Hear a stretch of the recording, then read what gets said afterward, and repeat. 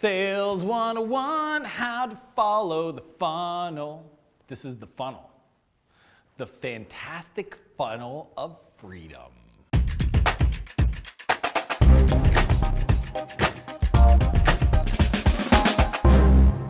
The three-step process to sales. This is 101 stuff, but if you've ever felt like you really don't understand how a sales conversation flows, or you've got a call coming up and you're a little bit nervous about, maybe you're hiring somebody, you're talking to a new customer for the first time, I'm gonna walk you through exactly how to do it so that you can feel confident, have the courage, even maybe do some cold calls and feel like a champ. You know, maybe you're trying to pre-sell a pilot to some new product that you're building. This process literally is 101 stuff, but nobody ever teaches it this way. And I really just want to simplify it, demystify it, and make it approachable for anybody watching this video.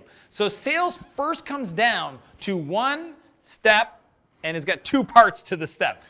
Connect and qualify. You know, if I was doing customer development or pre-selling a product, if I was walking around the mall or a farmer's market or the grocery store, depending on who your customer is, the first thing you want to do is just connect and qualify. Are they in market or not? If you sell a product for people that want to put their animals, they have like pets, and put it in like, I was going to say storage. Obviously, you're not going to put your kitten or your dog in storage. But like this beautiful little home, right? Like doggy vacay. First question you're going to ask somebody to qualify after you connect, which is saying hello, is do you have a pet? And if their answer is no, then move on. Now this may sound trite and people are like, why would I ask that question? Trust me. There are so many entrepreneurs out there that talk to customers that would never be a customer of theirs. They don't qualify. If I'm selling software to gamers, first thing I'm going to ask them is, do you play World of Warcraft? If they say no, then I'll be like, what other games do you play? Because I don't even play World of Warcraft. But I'm just saying, like, you need to ask them if they game, and then at what level. That's the qualify part. I really think that most of sales and the challenge around sales is that entrepreneurs are talking to people that are not in market, that don't have the problem, that are not even a fit for your solutions. So first step in this simplified funnel is connect and qualify. Number two is to needs assessment and close. So here's the second kind of step. There's two parts to it as well. It's understanding what their needs are. Because when you're trying to sell, which I really think is enthusiasm transferred, first thing you need to do is customize it. The way you customize your offer or your pitch or whatever is to try to understand what are their needs. In the conversation, you can ask exploratory questions like, how often do you game? How often do you buy? The spice one I'm just going to talk about real quick. I was talking to an entrepreneur and he was doing like a subscription spice business. And he was like, I asked him, how many customers do you have? He's like, well, we got 7 customers buying. I have this question called unaffiliated customers, which is how many people have bought from you that don't know you, that didn't get a warm introduction to you, that literally you approached through an ad or cold call and got them involved. He's like 0. And we're sitting at this restaurant, because it's a big dinner, and I'm looking across the street through the window, and there's a grocery store, okay? And I'm like, why are you not across the street in the grocery store talking to people at the spice rack? And he's like, what are you talking about? Again, I'm walking him through these 3 steps. Literally, it's connect and qualify. You know that they're in market because they're buying spices off of the rack. Do you know how incredibly awesome that would be if I could just find the place where all my customers showed me that they were in market, ready to buy and about to actually transact? That's incredible. You're so lucky you could do that. And he's like, well, what would I say to them? And I'm like, well, just like literally ask exploratory questions like, how often do you buy this spice? Do you buy other spices?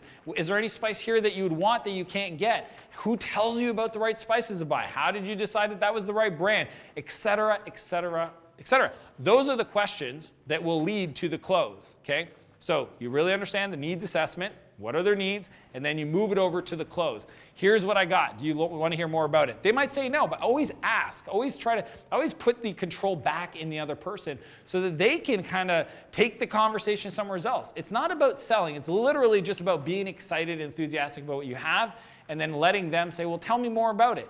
Then you go for the close. Here's how it works. Here's how, here's our guarantee, et cetera. And then you say, this is the price.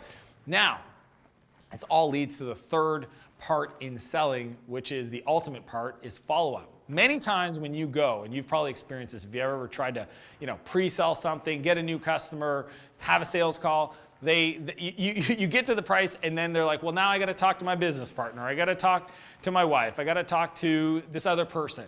Here's what I'm going to suggest, okay? It's BAM, FAM, okay? Remember this acronym, BAM, FAM. It's the follow-up, okay? So the step 3 is the follow-up, but here's where BAM, FAM fits into this, okay? I don't want to lose you right here. BAM, FAM is book a meeting from a meeting.